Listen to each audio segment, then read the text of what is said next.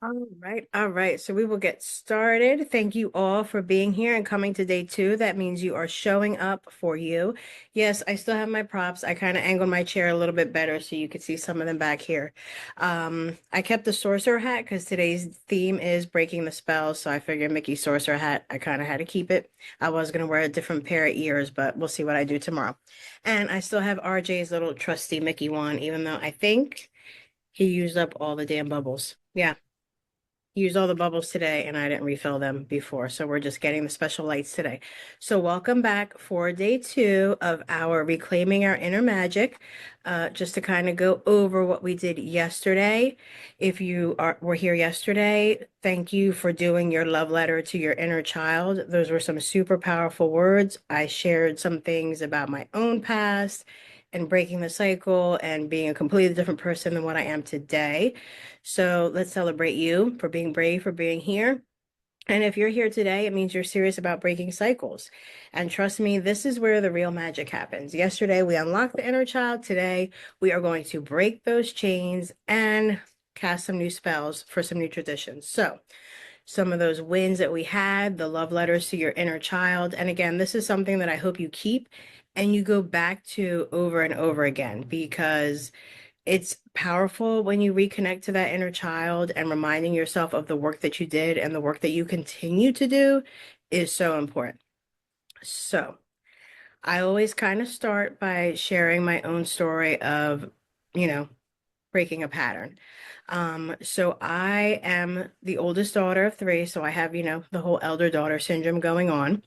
And I was the good girl, the fixer, and I figured if I just did everything right, I would have my narcissist father's approval and attention.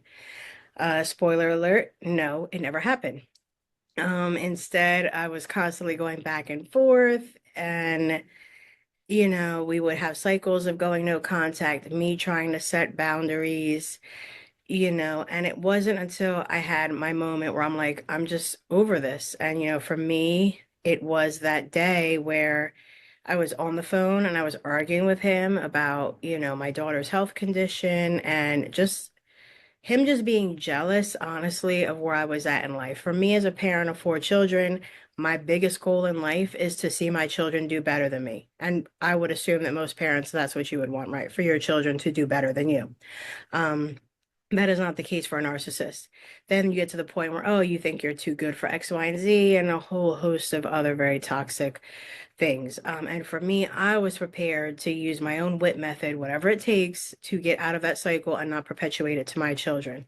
So until I saw what it was doing to me as a parent and seeing what it was doing to my children was when I was like, enough is enough.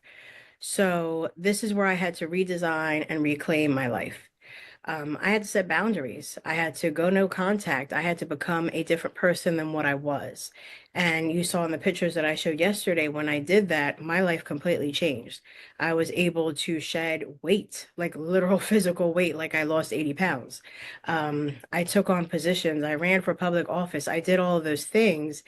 And that just goes to show the power of breaking that pattern. I did not have to be the teenage mom, the daughter of high school dropouts anymore. I could redo my story. So I want to talk about breaking these old patterns and why do they matter? Because a pattern is nothing more than a coping mechanism, right? Especially when it's so steeped in your childhood, because that's what you grew up knowing. Like for me, being raised by a narcissist, that's what I knew. And then I ended up dating narcissists for years. I mean, I might as well have had narcissist magnet tattooed on my forehead. Um, and a lot of these patterns started out as a protection. So for me, for instance, when you're trying to please a narcissist, you will engage in people pleasing behavior. And it was that mechanism that kept me trapped and kept that pattern going and continued to have me in relationships that were no good for me. Um, Perfectionism, thinking you're going to do everything right and this will be the one thing that'll, unlock the magic key or whatever it is to life, right? That was how we survived as children, but it protected us then. It's not serving us as adults.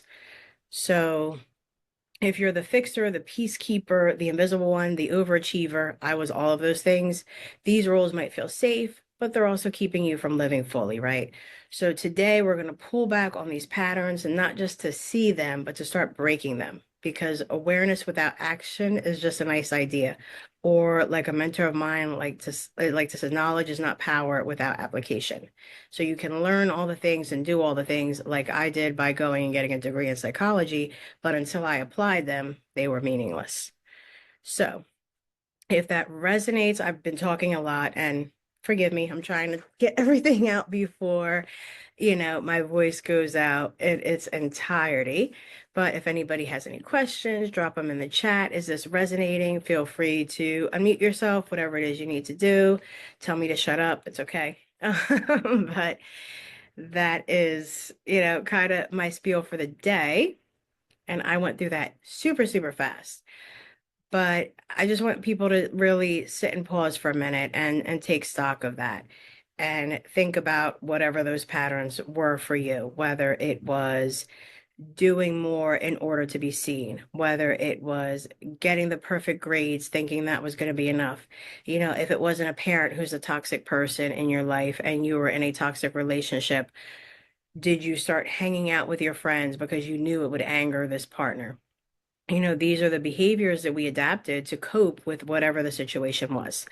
And the purpose of looking it in the eye, calling it for what it is a coping mechanism.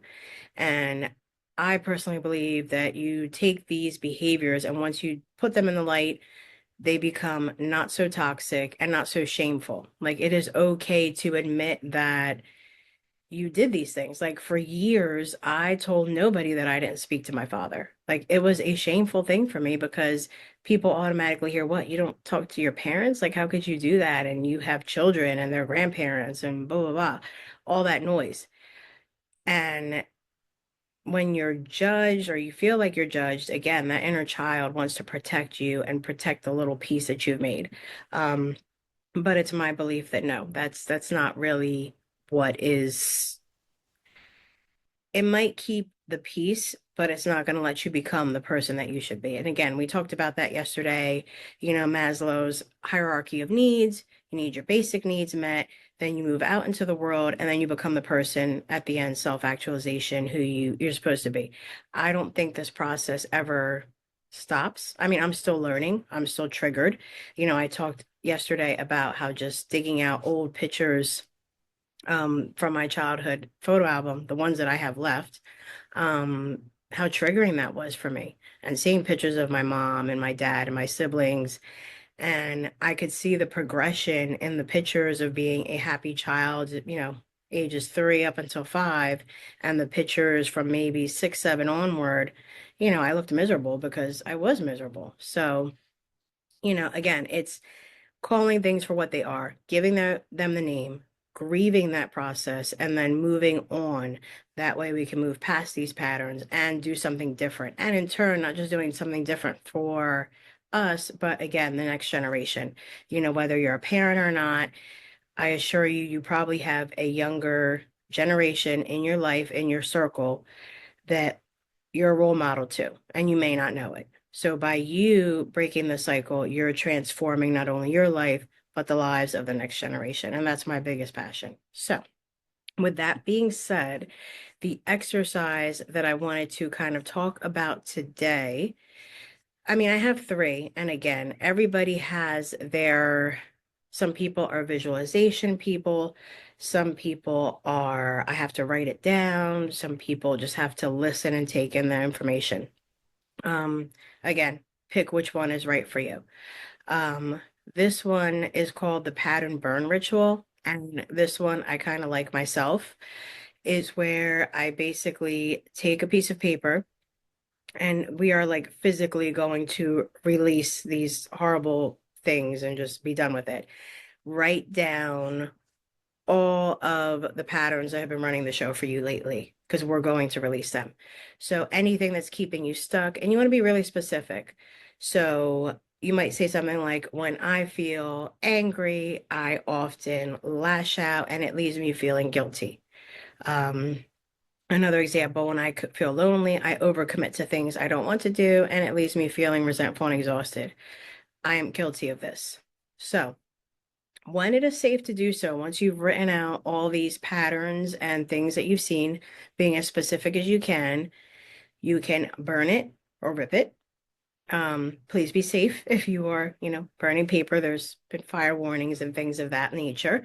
Rip it up in little pieces, flush it down the toilet, even though I'm pretty sure a plumber said that's probably not a good idea. But whatever way, the goal is one, not to reread it, because if you reread it, you're recommitting those patterns into your brain. So you don't want that. But it's to get it out of your head, because that's where those negative voices that are not yours live, onto the paper and out. And do this as many times as necessary.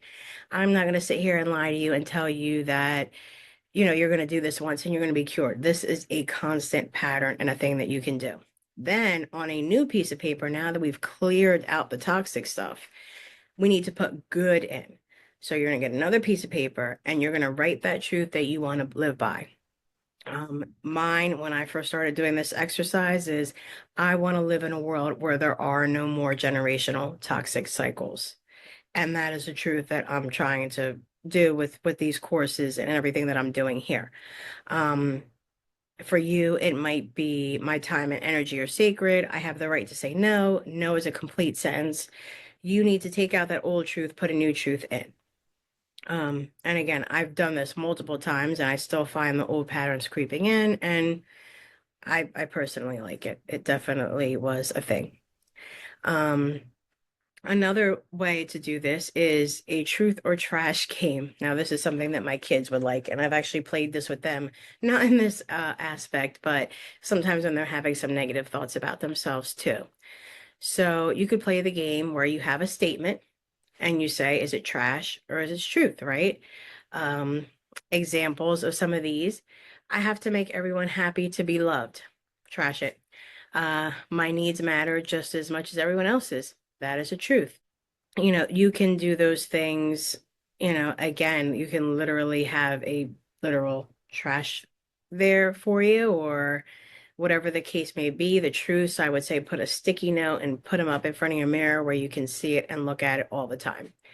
So, one thing with this exercise, it's always easier, I think, to call out the truth or the trash rather than truth, because it's always obviously easier to believe the negative things. And again, this is something that's going to take practice, but eventually we do need to take the trash out, right? Now, I'm generally not a visualization person, but I know a lot of people are. But this one I particularly liked only because it's the armor up. We're going to suit up, we're going to go do battle. Now, I will say in some of my affirmations, that I do to myself. And again, I did explain that I have an affinity for four-letter words, so I apologize in advance.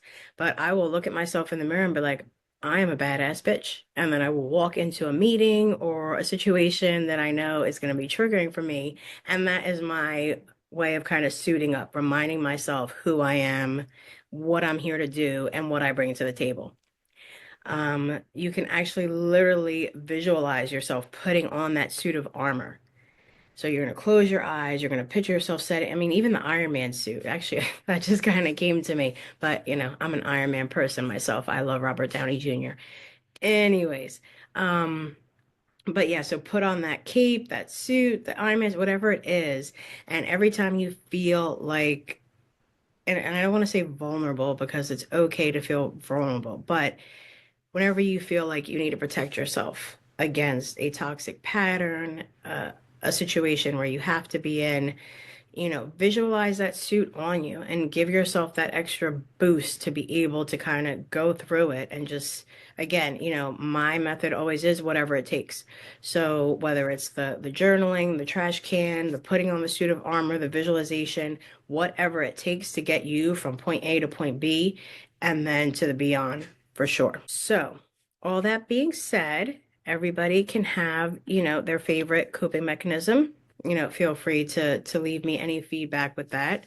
Um, like I said, I'm not a big visualization person, but I might use that Iron Man suit thing now because I thought that was kind of cool.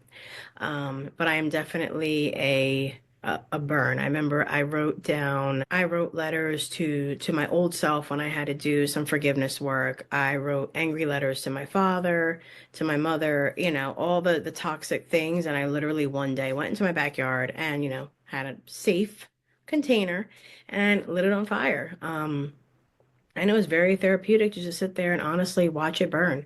And again, it's for me a repeat as an necessary exercise because this work is important and it's ongoing, and you never know when you're going to be triggered. So hopefully, I have kind of set the stage for you to break the spell of these toxic, and obviously, this is not work we're going to do in 20 minutes, half an hour, but it's a good starting point. And I think the most important thing that people need to